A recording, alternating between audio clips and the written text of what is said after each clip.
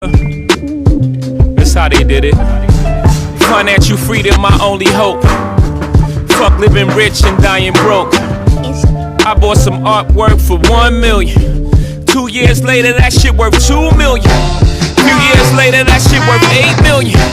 I can't wait to get this shit to my children. What's going on? So we got Instagram going on right now at the same time. Instagram. Hello. We have Facebook going on at the same time. So, hey, my name is Stephen Russ. And I'm Teresa Russ. And this is Starting from Scratch. So thank you guys for tuning in. If you like anything that I may have said or my wife Teresa may have said, go ahead, like, share, and comment on the video. Also, if you've decided that you're the last generation to start from scratch, go on over to our webpage at startingfromscratch.solutions. Plug in your information, and Steven or myself will get back with you. Yeah, so thank you guys for tuning in. Thanks so much. You know what? We didn't even really come up with a topic today, unless you got one. We did. Kind of. Yeah. So what had happened was I was searching the internet, and I came across this blog post that was like, if any elders, if they could give some of us young bucks some advice. So me and Russ got to talking, and I was like, if we could go back to 20, because we got married when we were 20. If we could go back to 20, knowing everything that we know now, what would we do different? So that's the title of today's live stream. Okay, and we can go back to being some greenhorns. Right, 20 years old, we got married. Uh-huh. You know what I'm saying? And then 3 years later. 3 years later. 3 years later, we had our first child, mm-hmm. which is Tyrus. And 3 years after that, we had our second child, which is Eli. And then 3 years after that, 6 years after that, we got 2 kitty cats. We got 2 kittens. So just taking it back, from the start of us starting our journey together. Okay. So right now, so boom. Right now. All right. So go back. All right. So check it out. So if I can go back, one of the things that I definitely would do differently is, we was already working. Mm-hmm. We had some pretty dope jobs coming out of high school. We got in the work field right away. And we actually worked for the same company. We did. We worked for the same company. Uh-huh. And we worked a lot. Mm-hmm. We worked full-time jobs. We had our own apartment, trying to come up in this world, right? Mm-hmm. So one of the things I do differently is how we spend our time. Okay, what? With the working, we would have been taking that money and definitely putting it in places that we know will be worth something now, those years later. So, putting it into land, real estate, things of that nature, putting your mind there on how to build something called residual income. Okay. So that's what it'll be on, that will be the thing that at that age I'll be working on, I would have been working on if we was able to go back. Mm-hmm. You know what I'm saying? I would have started right then and there. Mm-hmm. And a lot of times we sped our time, working, and then we wanted to be laid up with each other. You know what I'm saying? And then we was putting out, and then we was putting our money in, and not investing it in the things that would have, would have been a return 3 years later or 5 years later. I think we spent a lot of money on things that didn't really have any value. Right, it didn't have no value, and you know what I'm saying. And then when we start figuring that out, of course that's what we're doing now. We're wanting to build now, and what we continue to do. But at that time, I would have started, at the age of 20, just come boom, 20. You know what I'm saying? Because so much time was, wasted and so much money. Yeah. I don't know if anybody else went through a rims phase, but we had some rims. Yeah, we had some. I mean, it ain't nothing wrong with that. It's nothing wrong with that, but I feel like we gotta understand that it's phases. Like first you gotta build, and you have to create. You have to create some type of income that's not dependent on your job. Right. So that's when it makes something wrong with it. When rims is not giving you. It's not giving you you get no value. Back. You get nothing back. But so you don't want to just own rims and don't own a rim shop. Right. You know what I'm saying? So you know what I'm saying? If you into rims or anything like that, get yourself a rim shop. Right. Point blank. So even today, the new Jordan came out today, and it's dope. You know, it's sweet. You know what I'm saying? All black with the blue trim, nice. You know what I'm saying? And a lot of people ran out buying those today. You get what I'm saying? And there's nothing wrong with that. But you want to ask yourself, if I don't have land and investment properties, but I'm going to run out and get an Air Jordan, but I have nothing that can actually bring me value. You know, you have people running out getting their kids Air Jordans, but don't own no land. Right. You know what I'm saying? Don't own no apartment complexes. Have no businesses. Have no type of business that's bringing you residual income. Because the thing that's important to understand is that most of the stuff that we spend money on, it doesn't appreciate in value. It doesn't go up in value. So if you have a hard time and you need to sell that item, you're not going to be able to get what you spent from it. No. It's not going to be able to bring you anything. And you know, and that's why I say, you know, a lot of times, you know, how we set up, you don't want to set up your kid to have to continue to work hard as you did to get to where you're at now. Right. Right? You put in so much work. You wake up every day super early, go to a job that you probably don't even like. You know what I'm saying? Oh, you might like. And you know what? It's nothing wrong with working. There's nothing wrong with working, because a lot of us you have don't to work. Yeah, but you don't want to put the money that you actually trade your time for, you don't want to put in the wrong place, so you have to continue to trade your time for that dollar. Right, because time is more expensive than money. Man, listen, it's so expensive. Time, because you can't get it back. You could go spend $5 right now and make it back. But you cannot ever get that 5 minutes back. You can't. Or that hour back, you know. So you want to build that residual income, something that's you're going to pay for one time, and it's just going to continue to give you money for it. You get what I'm saying? Or give you a big lump sum, so now you can take that money and you can reinvest it, you know, into something else that's going to bring you even more. You get what I'm saying? So, or bring you something each and every month. So there's nothing wrong with going to get the Jordans, but ask yourself, do I have something that's bringing me residual, and I'm going out to buy that Jordan? Don't buy the Jordan. You know, take that money that you would have spent on that Jordan. Or maybe you could get in the stock. You know, everybody's game is not real estate. Yeah. Oh, yeah. I mean, if you bought some Jordans, because you in some type of shoe business, clothing, or have something to do with your business that you know is going to bring you that money back, then go get the Jordans. Like, if you a professional shoe Jordan, now all you talk about is Jordans and you get paid for that, go buy the Jordans, because it's going to bring you more. It's going to bring your kids more. You're going to be able to pass something down, you know, and that's what you want to have. So definitely when, you know, if I can go back when we was 20, the things that we spend our money on and how we spend our time will be much more different. You know, like definitely learning about residual income at a young age, you know, at that time, you know, but all we was learning about inflation and learning about credit. Ooh, yeah. You know, learning about where to put your money at, because I grew up thinking, you know, put your money in a savings account, but a savings account don't pay any interest, right? You know, so just really learning about the mechanics of this game, this capitalism, you know. Yeah, and I mean the biggest thing, you know what I'm saying, like when you ask me that, you know, because you got to really ask yourself, are you planning? Like, if you out here and you don't have no kids, or if you do have kids already, you know what I'm saying? If you don't have kids and you know what I'm saying, you want to ask yourself what it is, how I want to spend my time 5 years from now. You know, how I want to spend my time 10 years from now. And you got to work towards that. If you decide you want to have kids and you don't have kids now, how are you going to want to spend your time with your kids? Yeah, that's important. Yeah, man. That's my big thing, too. Honestly, if I could go back to 20 from now, I would have built my life before I had my kids. Yep. I would have probably put it off. You know, I probably would have just been having Ty around 30. Yeah. Because, you know, you especially because daycare is so expensive. So when we had Ty, you know, we spent a lot of time at work still, which means that he had to spend a lot of time at daycare. And it's like when you working, but you're not making that much, then your whole check is going to daycare. So what does that mean? You still working. Right. But I'm not, some people, whatever you need to do, that's cool. You know, a lot of women, they like to work. They do it for it makes them feel good. But, here's another thing. I would have taken the time to learn how to make decisions for myself. so many times we get caught up in situations because we haven't taken the time to learn who we are and what's important to us. Mm-hmm.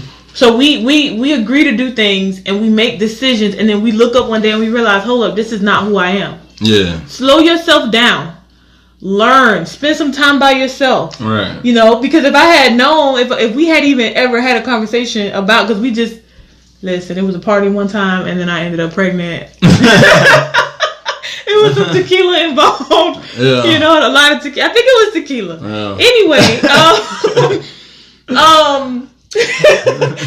if we had really ever even really, if we had understood how to have a conversation about, you know, what we wanted our parenting experience to be like. Right. So first, and we did have some conversations, but we wasn't like planning it. Boom, boom, boom. well, boom, when boom. you 20 years old, I mean, what? Yeah. What do you know about planning? What do right? you? I mean, some people know. We didn't know. We That's didn't all know, I'm saying. yeah. But don't think we ain't grateful for our kids. We love our kids. But what I'm saying is, I'm not saying I'm gonna love my hey, kids. man, people retarded. I'm sorry. Sorry to say that, but hey. So You know. what I'm saying is, you begin to, as you come into yourself, you begin to look at your life and you know more about yourself. That's all I'm saying. No, I know. I know what you're saying. When you know more about yourself, you can make better choices. And so I would have taken the time to not only learn about capitalism, but learn about myself. I didn't know anything about kids when I found myself pregnant. I didn't know nothing. Right. You know what I mean? I didn't know anything about money when I found myself pregnant, which is why we didn't have any. Yeah, and I mean, it ain't like you gonna know everything. Books can tell you so much about having a kid, but read them. No, you know you can read books, but it ain't gonna tell you. It ain't gonna tell you. You know how you want to. You gotta understand how you want to, not what a book can tell you. Because this is everything is You know what I'm individual. saying? Yeah, like it's how you want to raise your kids, how you want to be as a parent, how much time you want to be in your child's life, and that's huge. Because if you still got to get up to go to work every day, you know what I'm saying? Your kid's gonna be in daycare. Your kid is gonna be in school. But hold on, let me say this. But if you build a life that brings you residual income, and you decide that you want to have kids, residual income means, again, you put your money into something, you buy it one time, and it pays you over and over and over and over and over again. That way, what that means is that you don't have to get up and trade your time for money, because you put your money into something that brings you money over and over and over and over again, that you can take your time and you can use it how you want to. If you decide you want to have kids, now you can take that time and you can spend with your kids. If you want to be in the rock band and you don't really care about the fame, but you just love to rock out, go be in that rock band. You know what I'm saying? Because the money is coming in, and you can still live life how you want to. Because when you know, everybody, you know, say it's, you know, money is a poor master but an excellent servant, and that's so true. Because when you really learn how to master money, you have choices. Choices are the most amazing thing. And many of us think we have choices. We don't have choices. You don't have choices until you can do what you want to do. Hell yeah. Do I want to stay in my bed today? I'm staying in my bed. You get what I'm saying? Yeah. Because I don't have to worry about how my lights are going to be paid, how I'm going to put food in my belly, whether or not the people going to come and get my car because I ain't made the payment. Choices is when you can genuinely do what you want to do. You want to put your kids in a school that's $40,000 a year? You know what? When you have money, you have choices. Right. And so that's why we're always talking about finances. Take care of your finances. You know, stop and learn who you are and make a valid choice. Because what you really want, all of this that we're coming back to, the only thing that really matters is choices. You know, we homeschool our kids. You may not want to homeschool your kids, but guess what? When you have choices, you can do whatever you want. Yeah. And that's all I think every show is mostly about, when it comes down to it. Yeah, I mean, starting from scratch is like really, you know, we starting from scratch. Right. You know what I'm saying? And a lot of people have to do that, you know, through generation. Like, because we don't have choices. Because we don't have, the generation before us didn't have, you know what I'm saying, choices, because they didn't build a financial a wall for the family. Right. You know what I'm saying? That's why family is so important, that you want to build a generational wall for the family. But, you know, the family does build what it builds, and you have to respect that. Right. You get what I'm saying? Because of what the family built wouldn't have got you where you at today. Right. So be very appreciative of what the family and the generations was able to bring to you before that. Mm-hmm. So with that being said, you know what I'm saying? Keep living and loving. Oh no, I have one more thing to say, guys. It's it's not okay to live in the past, but it is okay to analyze the past. So even if you look back on yourself and you wasn't the best with money or whatever was in the past, listen, that's gone. That's number one. But it's okay to look in the past and say, you know what? If I had known better, I would have done this, this, and this. Yeah. And then the next step is tell your kids. Yeah. If you know for a fact that if you could go back to 20 years old with everything that you know now, and you have children, tell them everything that you know. Teach them about money. Mm-hmm. Teach them if you jacked up your credit, teach them about credit. Teach them about compound interest and income properties or investments, or whatever your game is, whatever piques your interest. Mm-hmm. Teach your kids so that they can start on the right foot. Right. And you gotta peep your game. Like figure out what it is that that you want to get into that's gonna bring your family residual income. Right. And that's gonna take a lot of time and dedication because most of us have to. I didn't know anything about real estate. We have to retrain our brains to, become income producers. Yeah, like don't go run out and buy the Jordans if you ain't got investment property. Right. Go take them Jordans back, take that money and invest it in something that's gonna eventually bring you some residual income. Okay, one more thing, because the thing that kills us is that inflation basically means that the money is worth less. So when you have money that's rapidly worth less, and then you constantly buy things that don't have any value, the money is worth less, and you spend your money on things which are worthless. Right. So then you look up, and you've been working all your life, but you don't have very much to show for it. Right. And so that's where I think a lot of us get, and caught up. Yeah, and as a man of the family, and as the mother or the wife of your family, you want to protect your family, right? And I think a lot of times, it's different ways that you can protect. It's not always through violence. Mm-hmm. You don't always have to protect that way. It's through finances. Mm-hmm. It's through protecting in a physical form if you have to go there.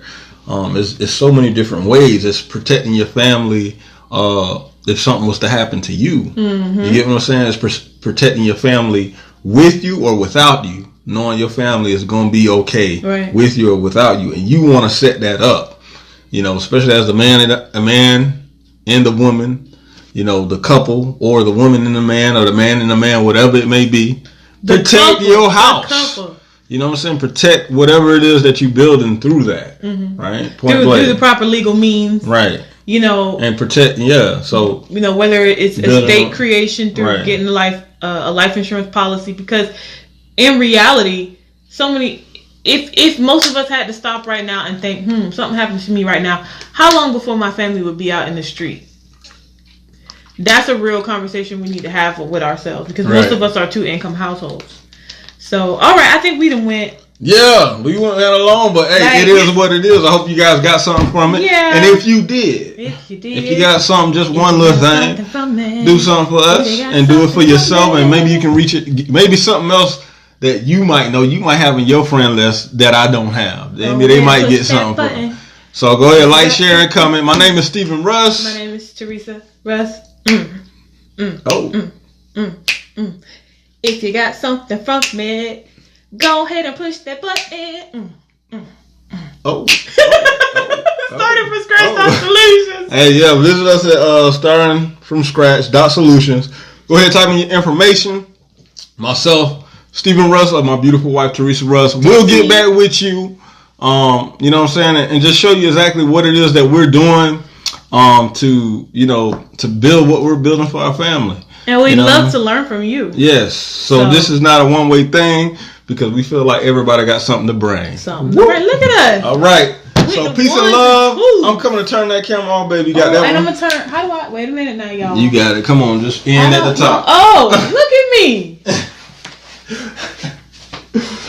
Hey, y'all. Peace.